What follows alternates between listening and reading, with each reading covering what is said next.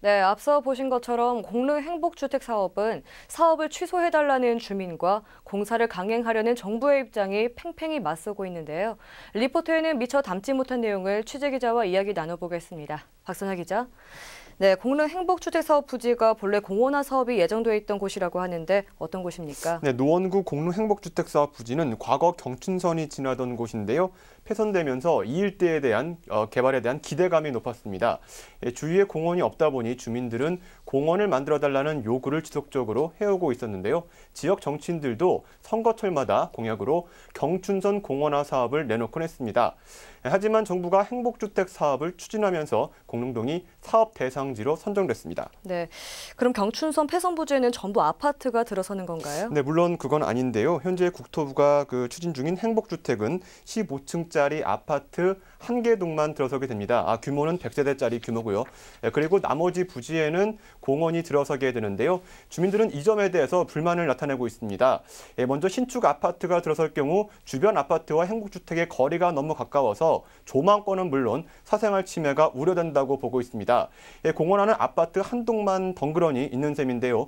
때문에 공릉동 주민들은 그들 나름대로 공원을 이용하는데 문제가 발생하게 되고 행복주택 입주자들도 생활공간 안에 주변 사람들이 몰림으로 인해서 고충이 생길 것으로 보여집니다. 네.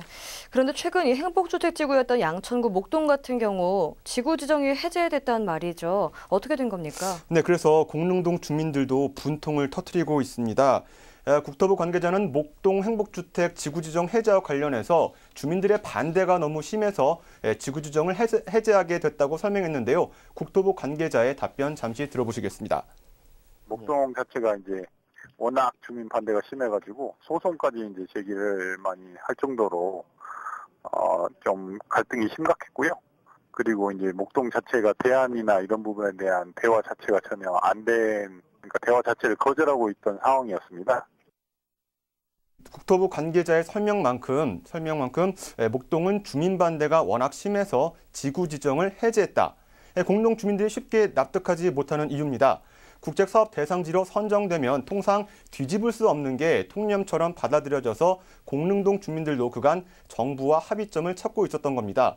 그런데 갑자기 느닷없이 목동 쪽이 지구지정 해제 결정이 나면서 공릉동 주민들도 동요하고 있습니다. 네, 그럼 앞으로 이 공릉 행복주택 사업은 어떻게 되는 겁니까? 네, 국토부는 다음 달 공사 착공을 예고하고 있습니다. 주민들은 공사가 시작될 경우 이를 물리적 힘으로도 저지한다는 강경한 입장입니다. 양측의 온도차가 너무 커서 행복주택 문제는 한 치 앞을 내다볼 수도 없습니다. 네, 알겠습니다. 공사 착공을 앞둔 공릉 행복주택 지구가 이 주민과 정부 사이에 물리적 충돌 없이 해결되길 기대하겠습니다. 네. 오늘 말씀 잘 들었습니다.